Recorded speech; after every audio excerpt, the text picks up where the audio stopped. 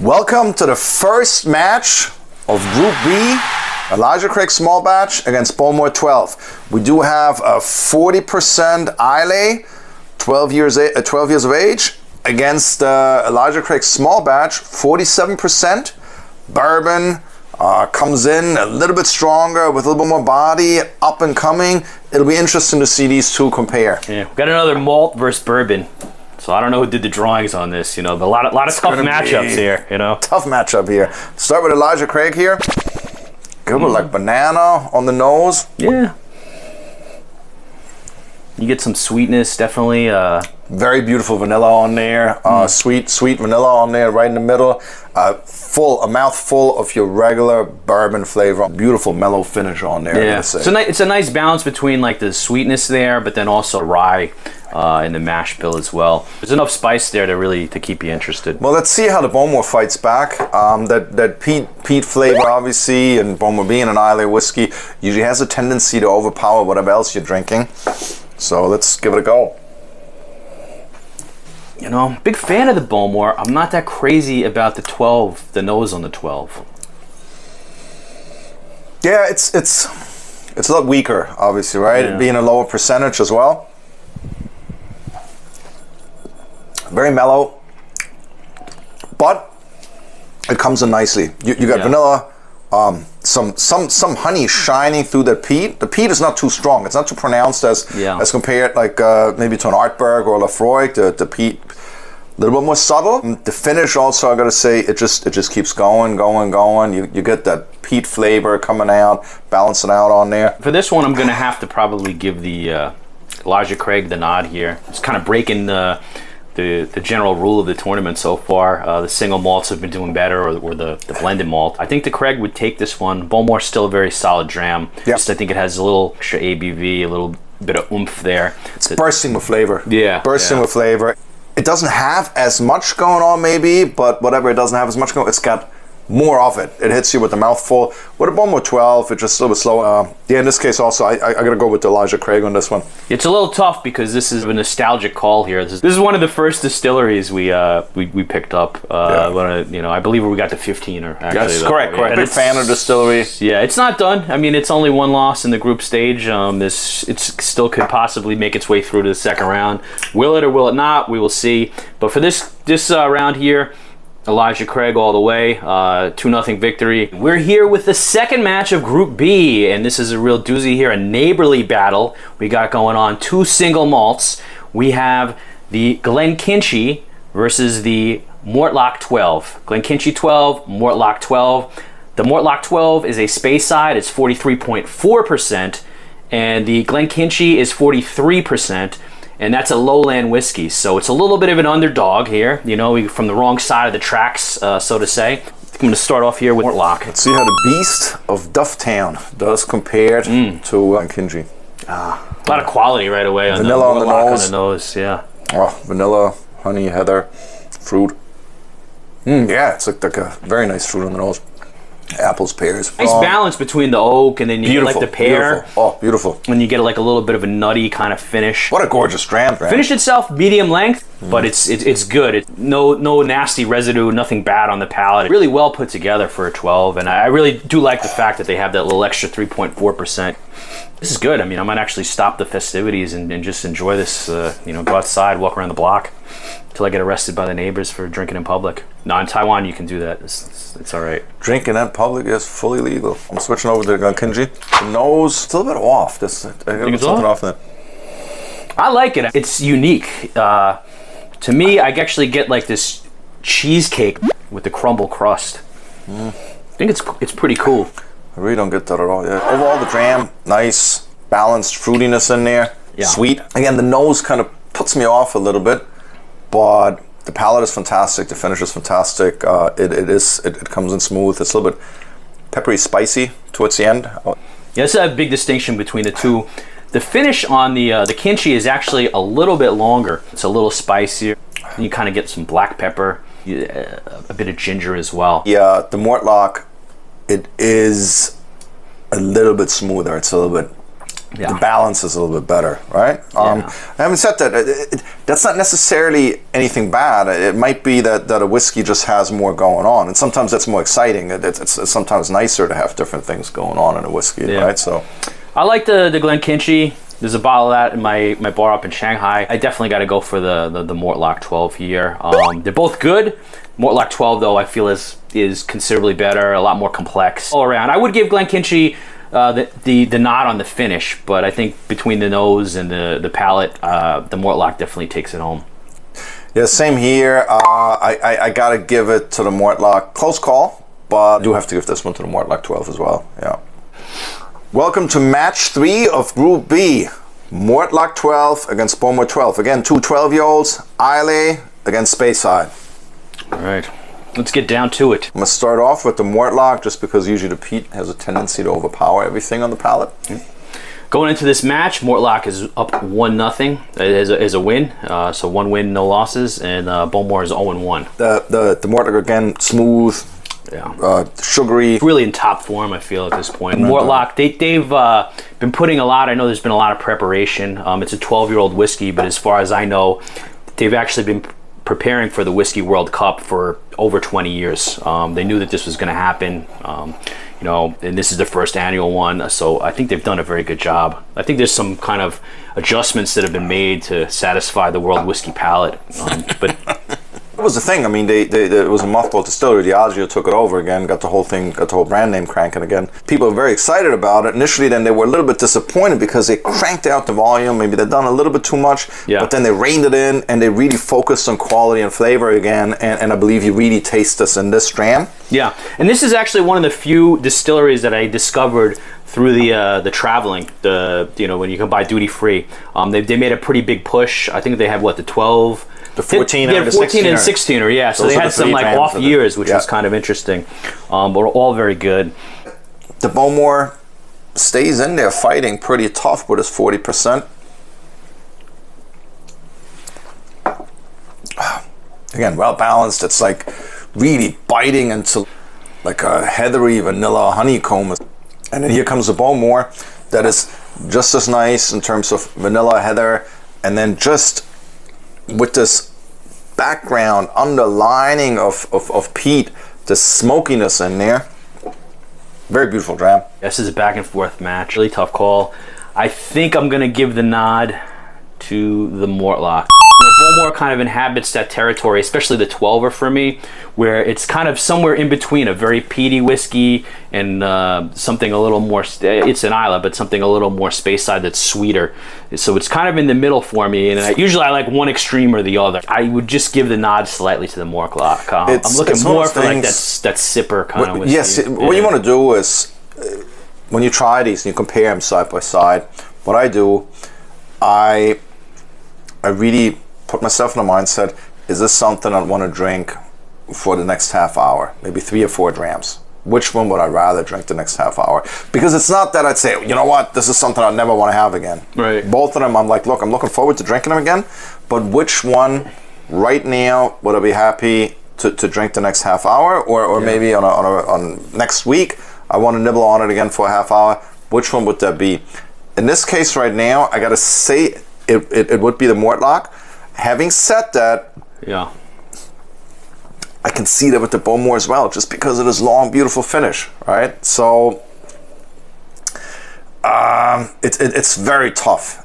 Just as we're speaking right now, again, I had the last sip of the Bowmore right now. It comes back, right? It's a fighter. It just stays, and it's beautiful, and it's absolutely powerful. Just about when I was about to say Mortlach it is, the Bowmore comes in again, right? So regardless of the outcome, I definitely don't mind finishing both of these trams. As much as I like the Bowmore, I gotta give it to the Mortlach. This is kind of like a heartbreaking loss that we have here. It's kind of like an own goal towards the end of the game, and then the team is kind of the morale goes, and then they score another goal, and it's a 2-0 finish. And they were close. Very good. Actually, let's look at it this way. It was kind of like they had possession for a good 60% of the game. 5 shots on goal, barely missed, and then all of a sudden Mortlach turned it on at the end, and counter strike, and boom, there it goes. All right, next match in Group B lineup for tonight: Bowmore 12 against Glenkinchie, Lowland against Islay. Let's get These it on. two really don't like each other, do they? The people, Very different. the Ileans and the Lowlandians. Both of these teams have taken an L, so Bowmore's actually taken 2 L's. Don't let that fool you. These are both whiskeys that belong in your collection. They're both amazing, you know. But unfortunately, Absolutely. in the World Cup of whiskey, you know, but somebody's got to lose. The more time I spent with a Bowmore, the more I end up liking it. It's just a gram that grows on you. There's just so much going on here. There's that heather, creamy heather, almost like a honey in the background, that long, mellow, beautiful finish that just keeps going and going. Yeah, a lot of citrus on the nose too. Glenkinchie. This really is a very, you know, a little cliche, but it's very smooth. I mean, this is a smooth sipper. This is something you can pour after work. You know, you can sit back and recline, you know, and just watch your favorite TV shows, like if Matlock, reruns of Matlock are on, or That'd be it, you know, right there. Scrubs. I don't know if you ever saw that show. It's pretty good. Oh, it might be one of Check the that old, out. you know, one of the old detective series, something like that. I gotta say, I think where the Bowmore really gets handicapped is those 3%, that small, lower percentage of alcohol. Yeah. If it had 43 or 46%, the flavors would shine through a lot.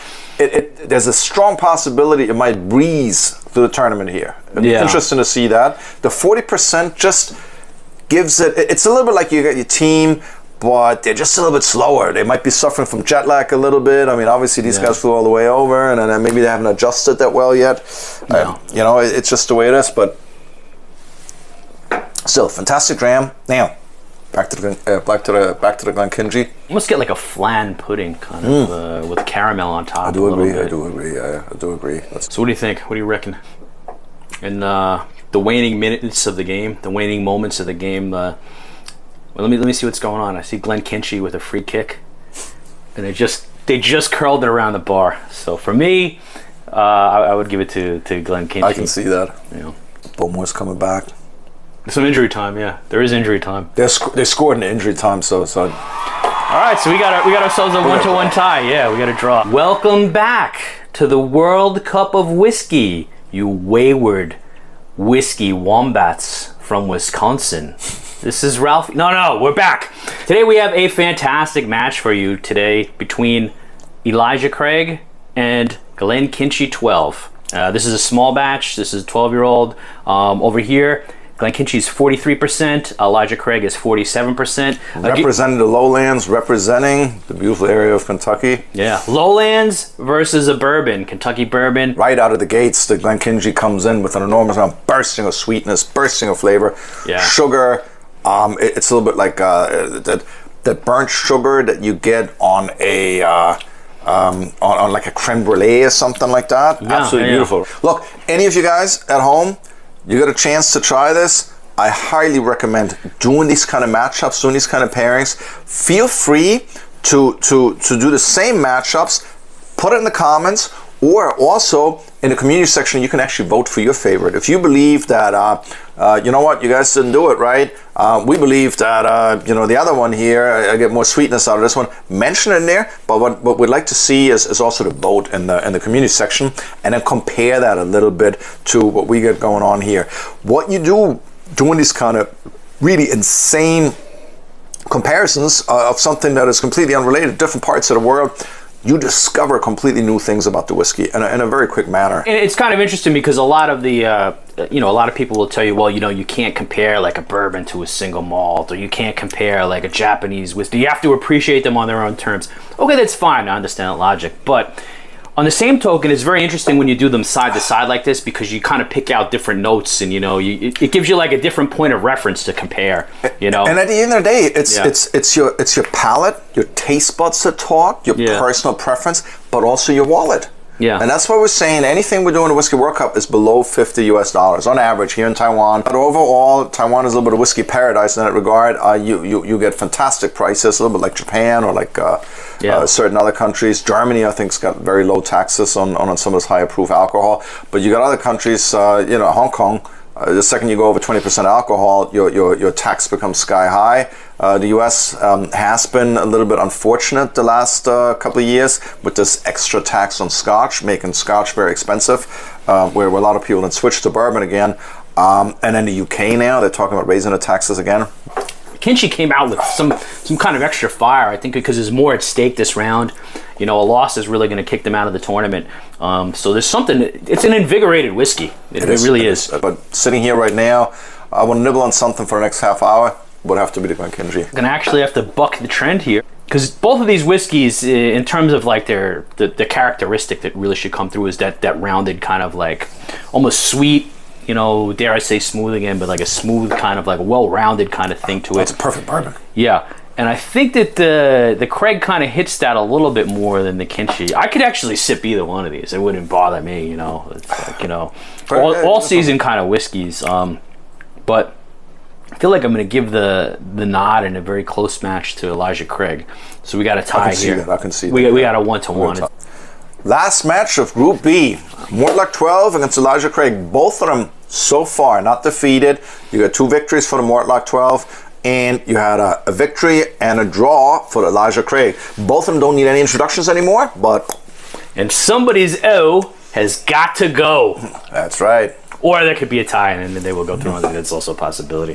The nose could not be any more different. You got a bourbon with ripened banana, vanilla, oak, absolutely gorgeous, coming on one side at the 47%, dominating this round, and the Mortlach not beaten, not drawn so far. It's pretty tough up front. It's like one of the old German World Cup teams, right? When they had Klinsmann, and who else was up front there? They had that. But Mateo's in the midfield. Rudy Voller, and obviously Rudy Voller retired. But I got to tell you one thing. I do hope that these guys are not going to hold back and just going to play for a draw and then kind of like, well, you know, 1 and 2, and we're going to go make it to the next round and kind of cheat. You know, I expect fair sportsmanship from them. I don't expect them to play for a draw. Yeah. I do hope that we're going to have full competition and full throttle sportsmanship here. Yeah, I think with the Mortlachian fans, you know, they wouldn't do anything to disappoint them like that. So that's what I'm expecting as well. I'm going to start with the Mortlach. They're really in proper form, I would say, Mortlach. They want that victory. That's what I can taste so far. Yeah. They want that victory to ensure their top spot to make it to the next round. And there's a message to send out. There's a lot of other stellar players in this tournament, you know, who have to realize that, you know, Mortlach is not a whiskey that's to be, you know, trifled with. So. That's right, yeah. But same to Elijah Craig. I mean, let's get the Kentucky backbone. If you've been to Kentucky, and they're making some fantastic whiskey in Kentucky, I got to hand it to them.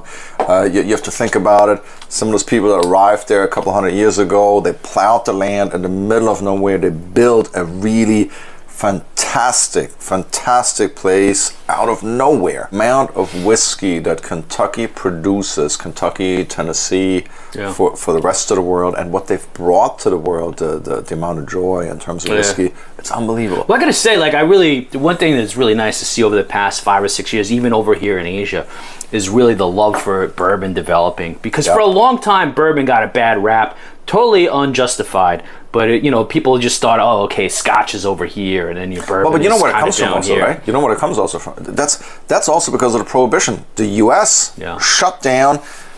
The U.S. shut down its domestic production during Prohibition. Scotland was going. Ireland had their independence, so the Irish whiskey industry was pretty much geared towards export to the United States. So when the United States shut down domestic alcohol consumption, it hurt 2 whiskey industries the most: Irish whiskey and the American whiskey industry. So the ones that were able to keep exporting to Australia, to Canada, to the British Empire was the Scotch whiskey industry. So when Prohibition was lifted, with the amount of marketing, the Scotch whiskey industry came out swinging. That's not anything negative about the Scotch whiskey industry. I believe the Scotch whiskey industry gave us something absolutely, or is giving us something absolutely beautiful. Their drams are elegant, they're sophisticated, they're beautiful, but it's a very different personality. It's very funny now lately to see somebody like Jack Daniel's coming out with a single malt, or smaller distilleries in the U.S. coming out with single malts made out of barley instead of corn, just to see the difference in other countries. You obviously have that climate situation as well, where a maritime malt and the aging in Scotland takes a lot longer, and which adds to the sophistication. You will see an 80-year-old Scotch. You will probably never be able to see an 80-year-old American whiskey or an 80-year-old Taiwanese whiskey because of the temperatures. Right, a lot of it has to do with the climate. Yeah. Yes. It makes a big difference. So Scotland is absolutely beautiful, and barley is still a noble grain when it comes to distilling alcohol. So back to the match right here. Mortlach 12, pacing ahead a little bit for me, but Elijah Craig coming out swinging, fighting with the Kentucky spirit.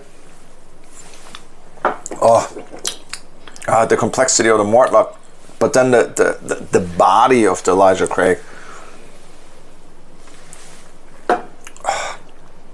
It's sometimes you have a bourbon and it just thins out. The body's too thin, right? Yeah. It starts out beautifully with that sugary, sweet bourbon taste. Yeah. And then just kind of like Peter said, the Elijah Craig is not that. No. It just develops. It comes out. It's sweet. It grows from the nose. A beautiful wave comes and hits you. It's a difficult call because on the right over here, you got the Mortlach, which is kind of a distinguished British gentleman. Like 007. Sean Connery was Scottish. Yeah. Sean Connery was Sean Scottish. Connery. That's a Sean Connery right there. And over here you got more of a rough and tumble, kind of a John Wayne character whiskey there. Beautiful. Right? Very straight up forward. Not as complex, but it knows what it does and it does its job supremely well. So which one are you going to take? I might give it to the Elijah Craig actually here. I think I'm going to have to go with the Kreger as well. There you have it. 2-0.